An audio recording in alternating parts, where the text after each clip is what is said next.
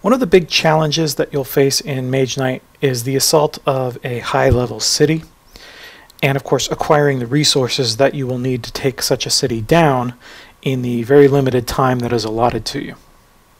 One of the biggest resources that you will need to make a play for as you go through the game is gathering to you an assortment of spells.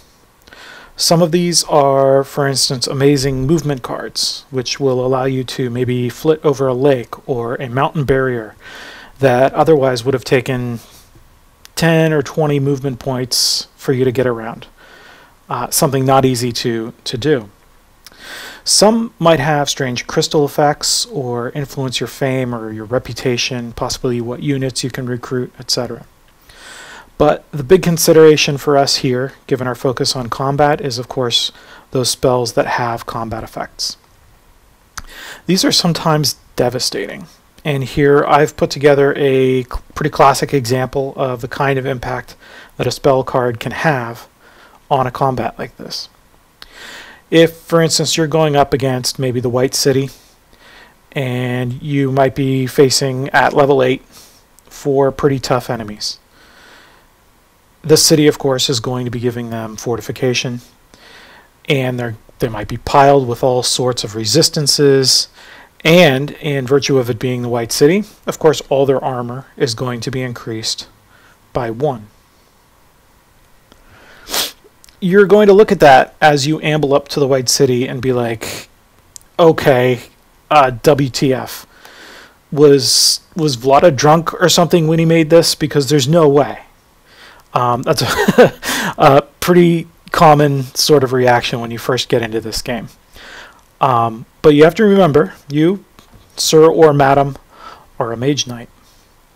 Cities were built to be ground to dust before you. You have, with foresight and ruthless calculation, gathered about you the mystical energies necessary to shift the very foundations of the earth. With one card, powered by dark magic that lives within the shadows, you crack the battlements, sending showers of stone onto the defenders, sending men screaming from the walls to the crush of death, and opening paths for your armies to pour forth into the streets of that once mighty seeming citadel, so as to make it your own.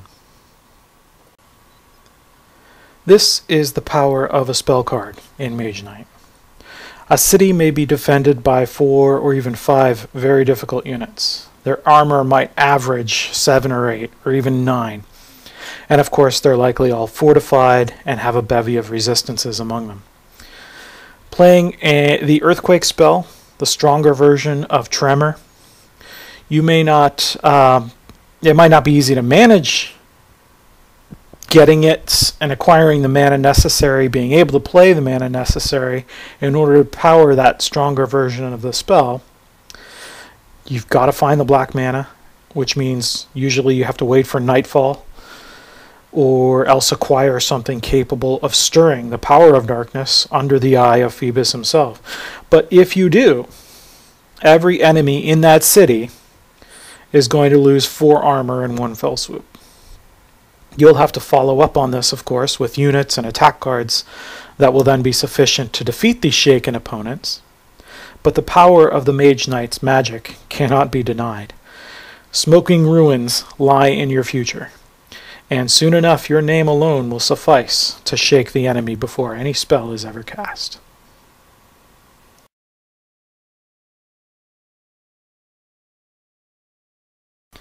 When you start a game of Mage Knight, you have only your basic deed deck available to you, which will of course contain no spells.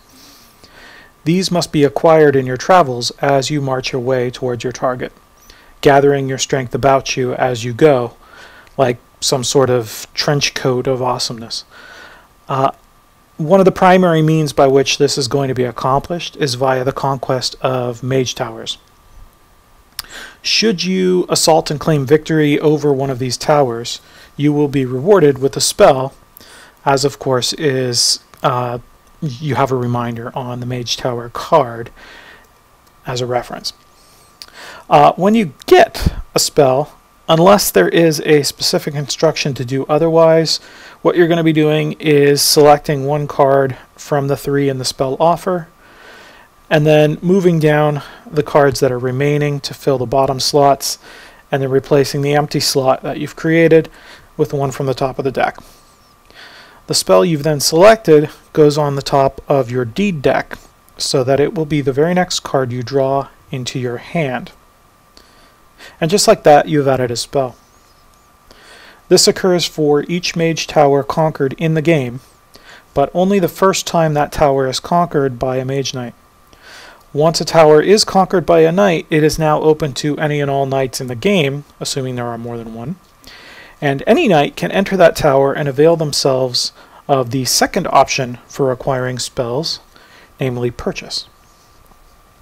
Essentially, if one wishes to buy a spell from the offer, one can do so in any mage tower by spending 7 influence, which of course requires using your action for the turn, so that it cannot be done on the same turn in which you conquer the tower.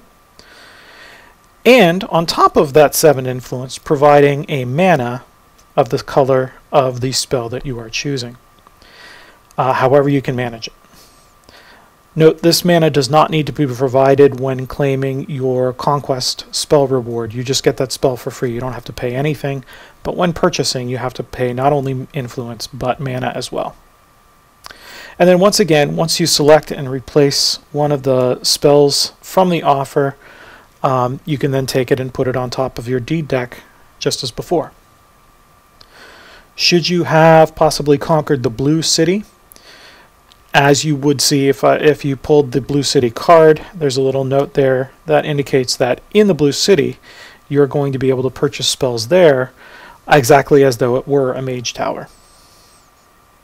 If that city was the last to fall in a conquest scenario, you will only then have 1 turn left after its conquest, so you're not going to be buying that spell in order to do very much, but it's not necessarily an option you want to forget, because depending on the cards that are in your hand, and because the final scoring for the game is going to include a tally of the number of spells in your hand, it might be that this is the very best way for you to milk just that little bit of fame for the end game, and to maximize your point total before the game is over. Another means of acquiring spells is via one of the 4 possible adventure sites. These are dungeons, ruins, mazes, and labyrinths. Just for example's sake, I have made sure that we have a dungeon and a maze here with the attendant cheat cards, note cards, reference cards, whatever you want to call them. And in all these cases, what's going to happen is you're going to, potentially at least, gain a spell from the offer for free. And again, as before, as when you get a free spell for conquering a mage tower, it goes on top of your deed deck, and you slide the cards down and then fill the empty spot from the spell deck in the offer.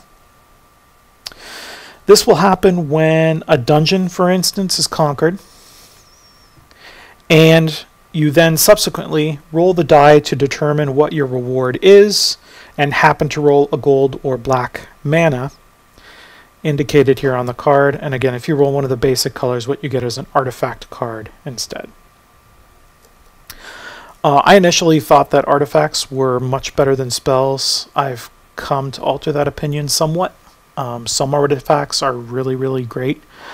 Some spells are also really, really, really great. So just bear that in mind. Rolling a basic color again means you're going to be getting an artifact card instead. Some ruins are going to indicate that a spell is your reward, so you will know beforehand whether that's what you're going for, and you're going to remember that ruins are revealed during the day anywhere on the map. So if you're looking to get a spell, sometimes that actually tells you where you want to be moving. You're going to know ahead of time if there's a ruin available to you that will offer a spell as a reward, and you'll actually know what it will take to get that. So you might know if that's kind of the direction you want to head. Finally, mazes and labyrinths. are also going to be potentially giving you spells. The only difference between these is the difference between the mazes and the labyrinths is really only in the enemy that you face. When you're dealing with a maze, you have a brown dungeon enemy, and when you're dealing with a labyrinth, you have a red draconum. So of course, if you beat a draconum, you get more fame, but draconums are also pretty nasty, and the reward, I don't believe, actually changes. So mazes actually are kind of nicer, in my opinion, than labyrinths overall. What will happen when you're entering a maze or a labyrinth is you have to move on to the space, and then of course, in order to go into, say, a dungeon, you would also move on to that space. But then you, as your action, you get to kind of go into the dungeon for free, face the enemy, and get your reward. By contrast, if you go onto a maze, what you have to do is get onto that space in the first place, and then spend a certain amount of movement to go into the maze. And depending on the amount of movement you spent, no matter what, you're going to draw one enemy. But depending on the amount of movement you spent, you're going to get a different reward. So in the case of either a maze or a labyrinth, what you're going to do in order to get a spell card is spend 4 movement on top of any movement that you had to spend to get onto the tile in the first place, the hex in the first place. Then you're going to spend 4 movement to ensure that if you defeat the enemy in question, your reward is a free spell card. And again, it's free, so you would not have to spend any mana or anything in order to acquire it. Last but not least, you may be able to acquire spells as a result of cards played. In particular, the magic talent cards Stronger effect allows you to pay the mana color of a spell that it's in the offer, in addition to the blue mana that you have to pay in order to activate the powerful effect of that card in the first place. So you're going to be spending 2 mana, one of which will always be blue. But then once you've played that, you can go ahead and claim that spell from the offer. You replenish it as always. The only difference here is that in the case of this, as the text of the card specifically states, you must take that newly acquired spell and put it into your discard pile as opposed to the top of your deed deck. And what that means, of course, is that this is going to delay the gratification and lessen the value a little bit of the spell that you're getting, because you're not going to be able to, in most cases, have access to it until the next round.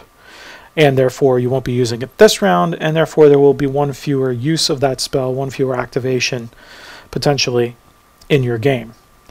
But if you can grab it early, it's still definitely worth it, because you can use that magic talent card a couple of times and not have to make a detour to grab a mage tower or spend a bunch of influence and mana to purchase spells, etc. So it's definitely worth it if you can get it early on and get those spells into your hand. It's a very nice option, a very nice way to gain spells, especially if the sites on the map are not cooperating. You will want to bear in mind that while we're on the topic of acquiring spells, while they are some of the most powerful cards in the game, they're also very expensive to use. If you have a hand that's full of spells, you're actually very likely to be ineffective, because you will very likely not have anywhere near the mana you need to play very many of those spells. As a result, it can happen that getting too many spells into your deck can backfire. You'll definitely need them to be successful, but you don't want to spend a lot of resources overstocking on them either. Now, one thing to note very quickly here before we move on is that just as with action and artifact cards, spell cards have restrictions on them as to when they can be played. And this is indicated by the symbols in the upper left corners of the cards, just as before. The crossed swords, of course, are going to indicate combat, while the 4-pointed star thingy indicates a specialty card which can be played anytime you like. The head icon is for interaction, and the boot would be for movement. In the base game, according to the rules as written, only the swords and stars can be played during combat. Though, supposedly if you play move in the movement phase of your turn and don't use all of the movement points, then of course those movement points might be held until you get into combat and still be available for you to use them in combat. By contrast, Lost Legion makes this a whole lot easier to manage, and it's frankly how a lot of people actually play naturally anyway. What Lost Legion does is basically say that you can play movement cards in combat if you want, but you just can't use movement points for moving either in or after combat. Why is any of this relevant? Well, there are going to be times, depending on some cards that you play, where you might be able to use movement points for, say, block, for instance, or for reducing the attack of a cumbersome enemy or something along those lines. And therefore, it's going to be relevant that you have movement, and therefore potentially relevant that you could play a card to generate that movement. The difference between the rules here is really only going to show up after you reveal enemies and such, but it is a kind of a nice little gimme that Lost Legion has given to the players. And similarly for influence, if you have cards that make it useful, you can go ahead and play them in combat. You just can't then use any influence points that you've generated during combat for any kind of interaction or anything along those lines. Now, one important thing to note is that each of a spell's 2 versions is going to have its own symbol in the corner of its respective section of the card, making spells unique among the deed cards in this respect. All the other cards, no matter which version of the card you're using, it's always going to be a movement card or a special card or what have you. But the different versions of spells can have their symbols differ, as you see here. Space Bending is a movement card, Time Bending is a special card.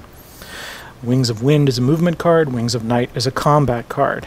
Charm is an influence card, but Possess is a combat card, and so on and so forth. And then, of course, whether a card is going to be playable in combat would then depend on which version of the spell you're using.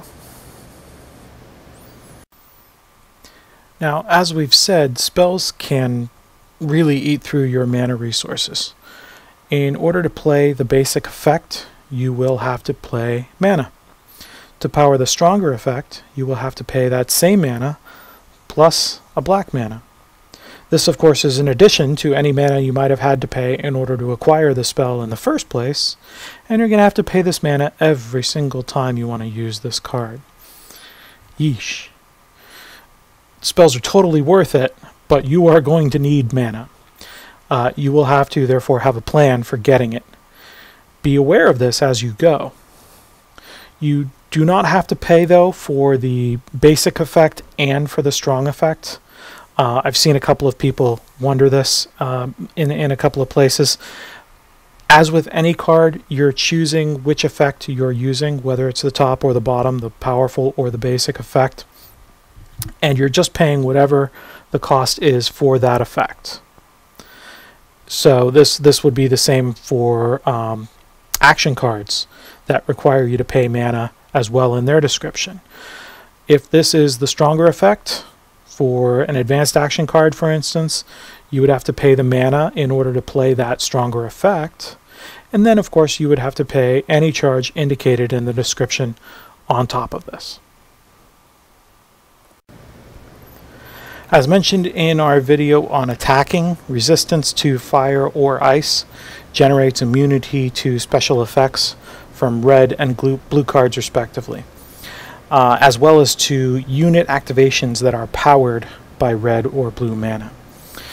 This is not a problem that is unique to spells, but it is one that impacts spells inordinately and is also often forgotten because of a twist that is coming up in just a minute. So we should note it here with some purpose. Importantly, this immunity does not extend to the attack values from such cards.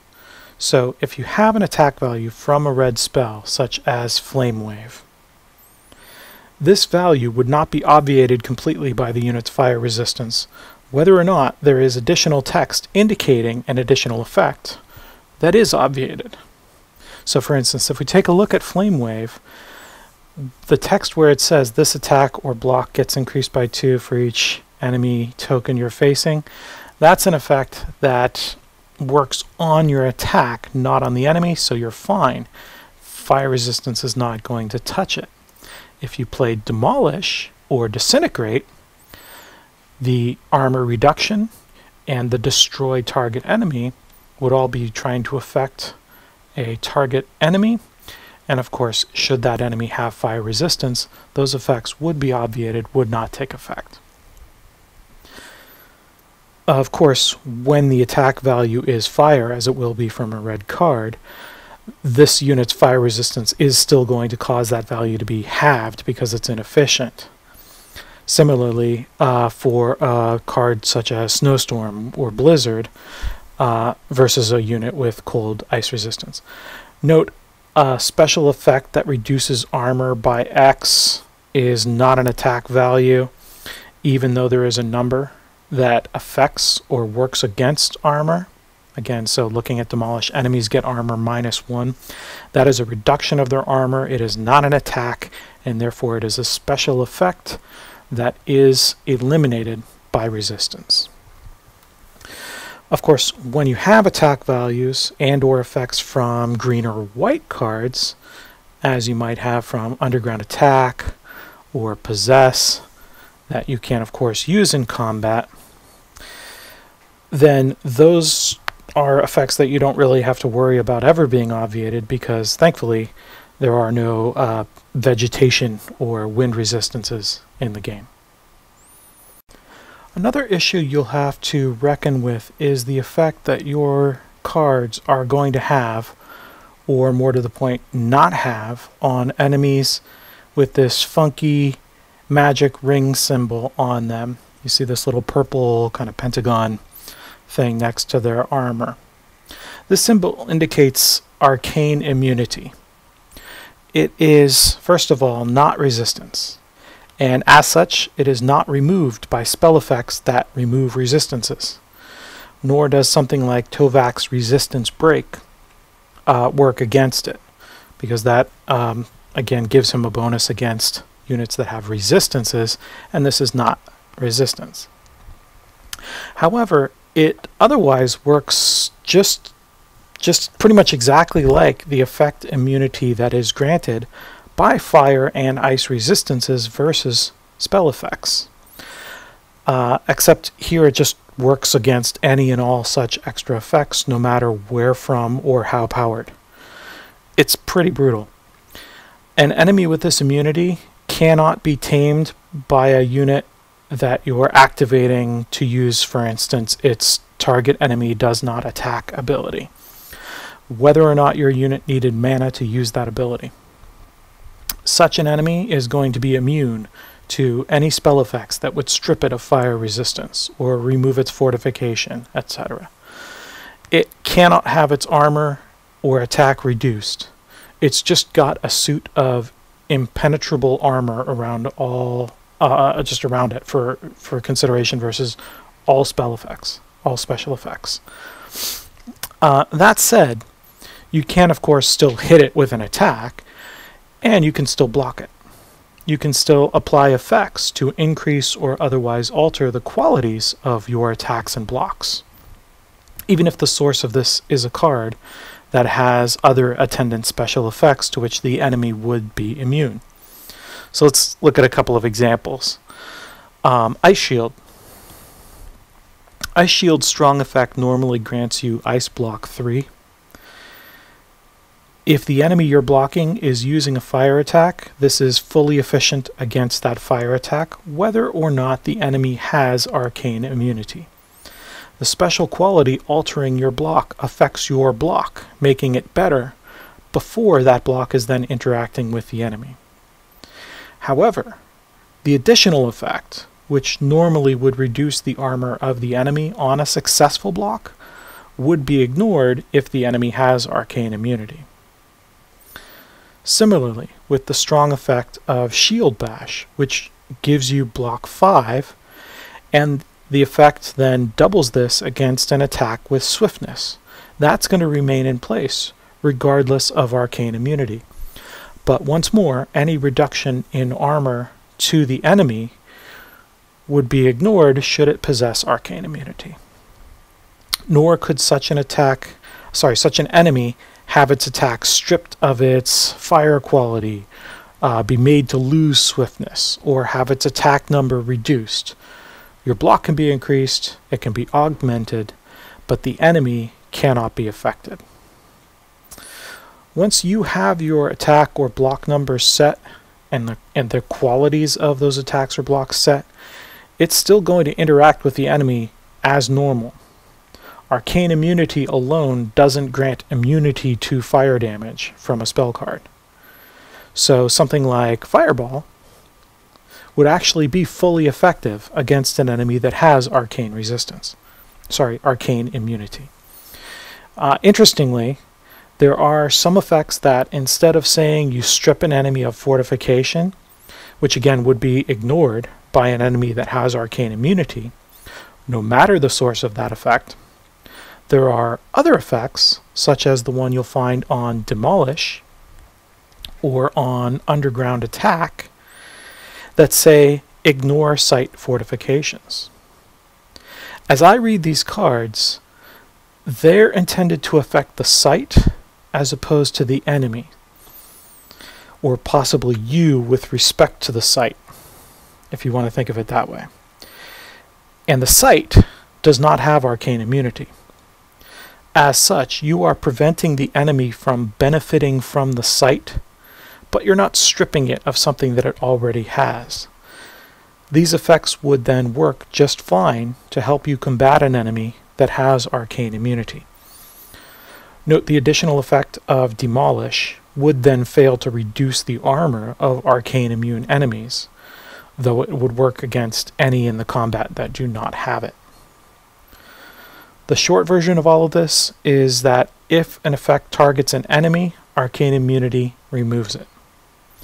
If it works on something other than the enemy, even if you are doing so in order to combat the Arcane Immune enemy more effectively, that effect is still going to work.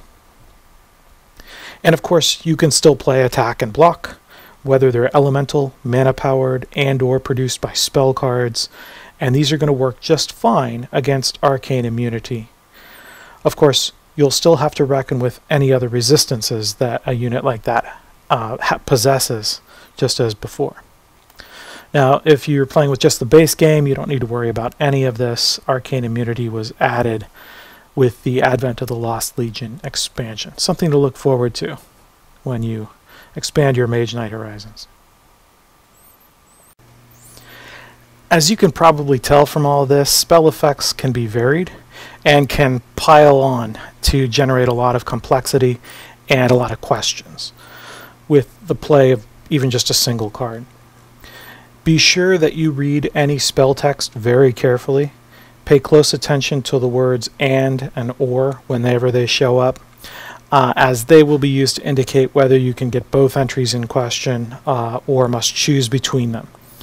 Spells will often list multiple effects in sequence in full sentences without the use of logical joins like and.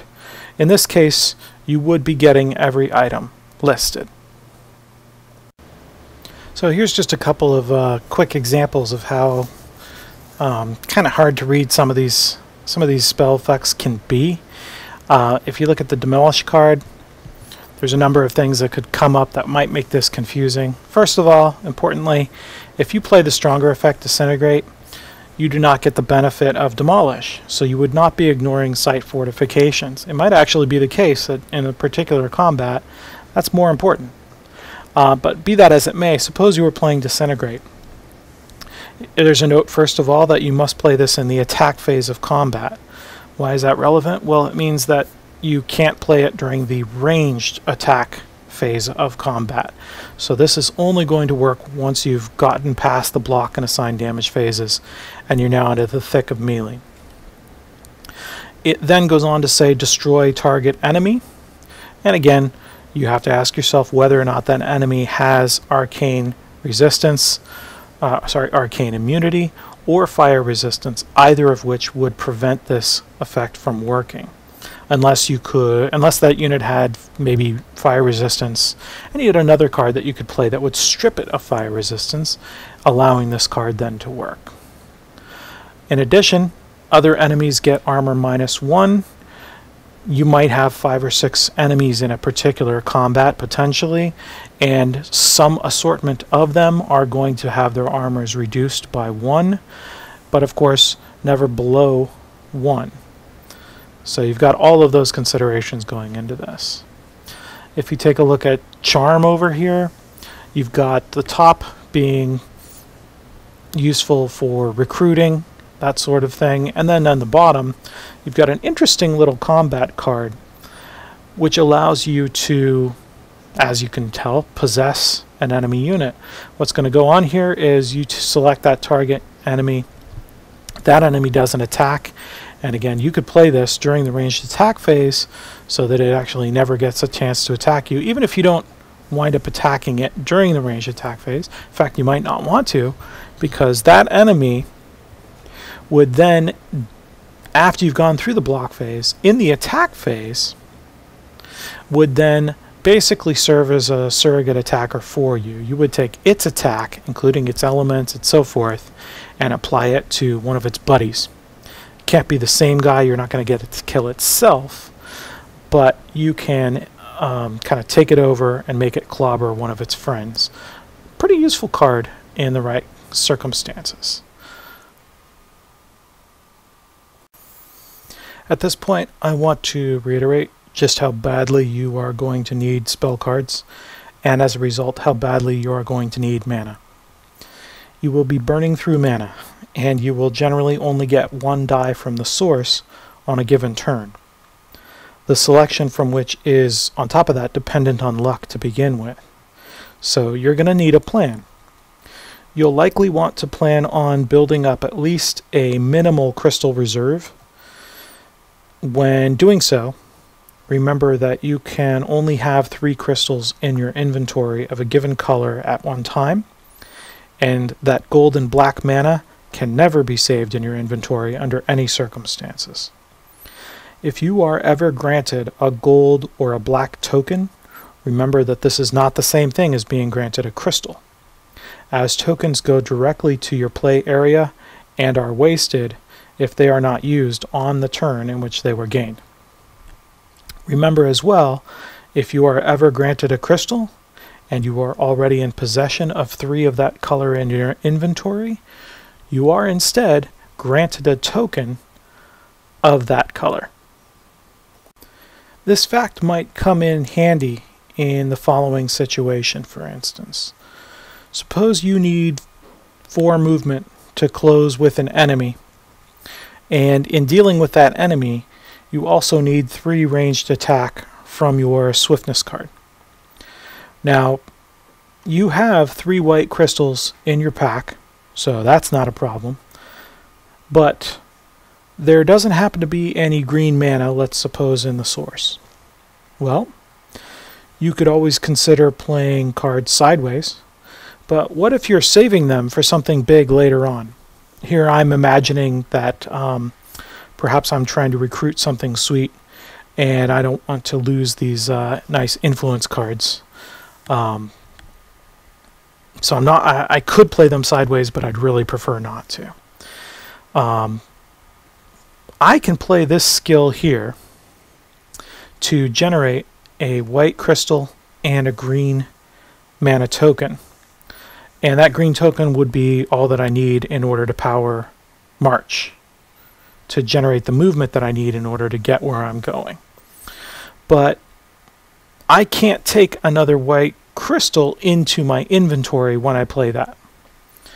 If I then throw it away, forgetting this rule, I've wasted some precious mana, because if I don't claim this white token, Then when the time comes to play Swiftness after I've moved, I now would have to grab that from my inventory instead, whereas if I remember this little rule, when I played this skill here, I generated a green mana token and I generated a white mana token, which I could then use to power Swiftness, allowing me to keep the crystals in my inventory rather than dropping down to 2.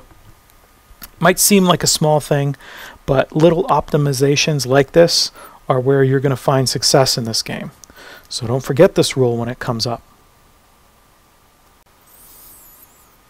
In the same vein then of managing your mana resources so as to get the most out of your spells, you will want to be planning out ways to get your hands on some black mana so that you can power the stronger effects of spells, which are just complete game changers. Let's take a closer look at the dark arts, a few best practices, as it were, for the aspiring warlock. First, you need to remember that black mana is not playable during the day, except in rare circumstances. Even if you have a means of getting a black mana token, for instance, this doesn't necessarily mean that you can use it. Indeed, when you roll a black mana die during the daytime, just as when you roll gold mana at night, these dice are often described as locked or depleted. But what is actually going on here is just that the magic in them cannot normally be played.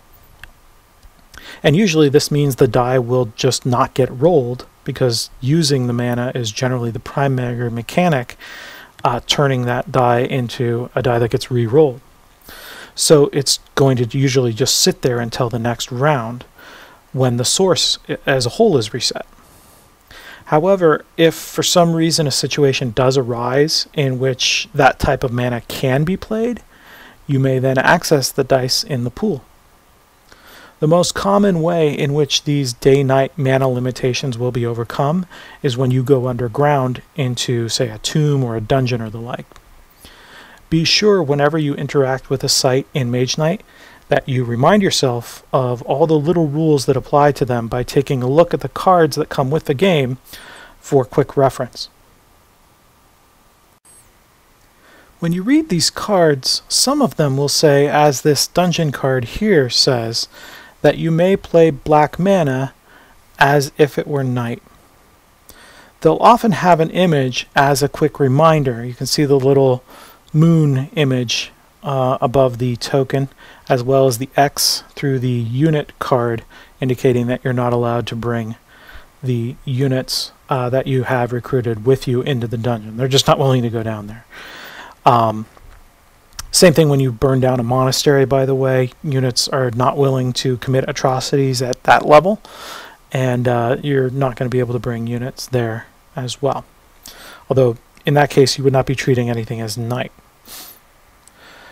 This thematically, again, is going to be because you're down in the dark, out of the light, and as such, the dark magics are going to be available to you once again. It's also going to help balance the fact that you are frequently not allowed to bring units with you into these underground situations.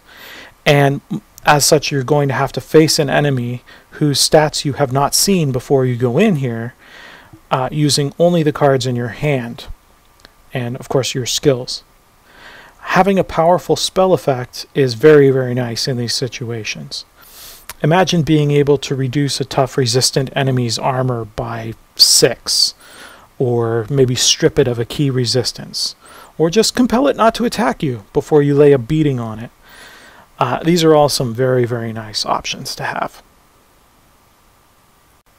One nice reliable source of a little bit of black mana, even if it's only available during the night, is the magical glades that are sprinkled about the realm. One of them is even actually quite conveniently available right next to the Green City. Now, of course, if you end your turn on such a glade, you can throw away a wound card from either your hand or your discard pile, which is very nice. It doesn't work quite like regular healing.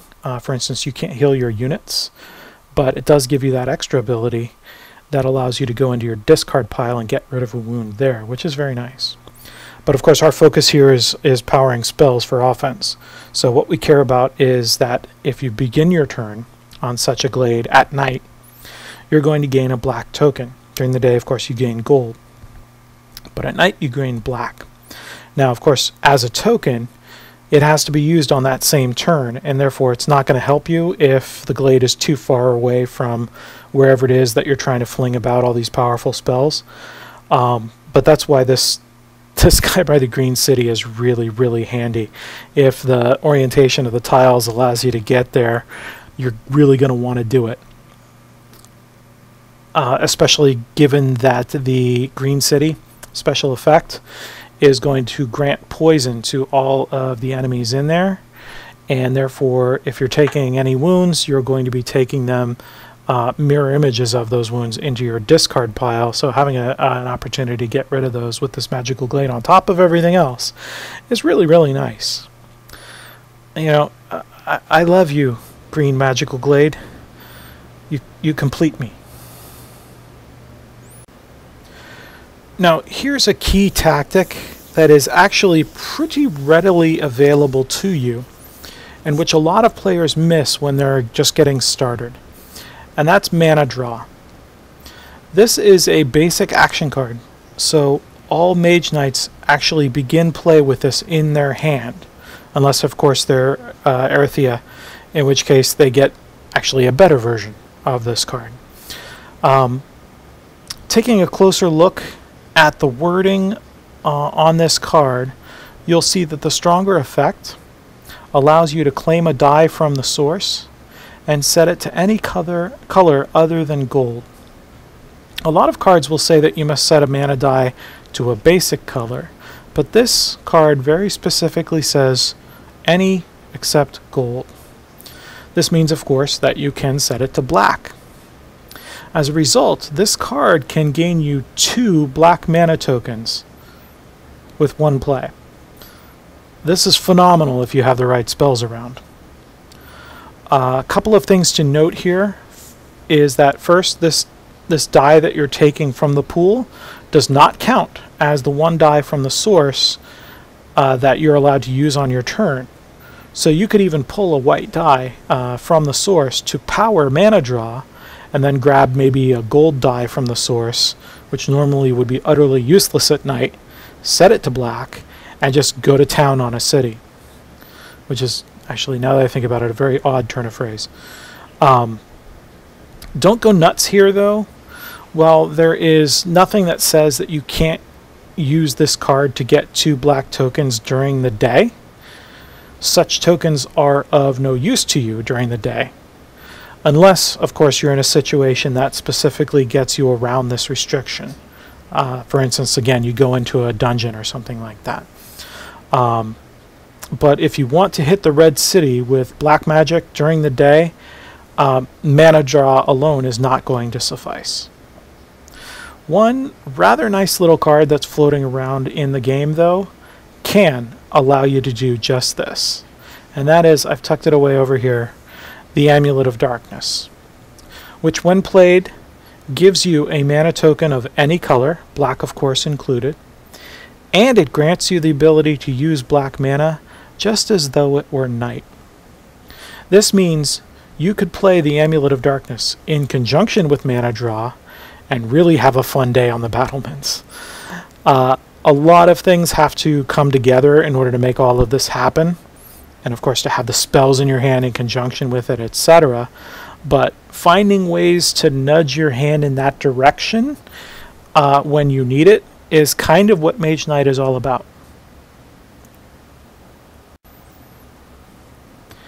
And there we have our rundown of what should be just about everything you need to know about spells in and, for the most part, out of combat.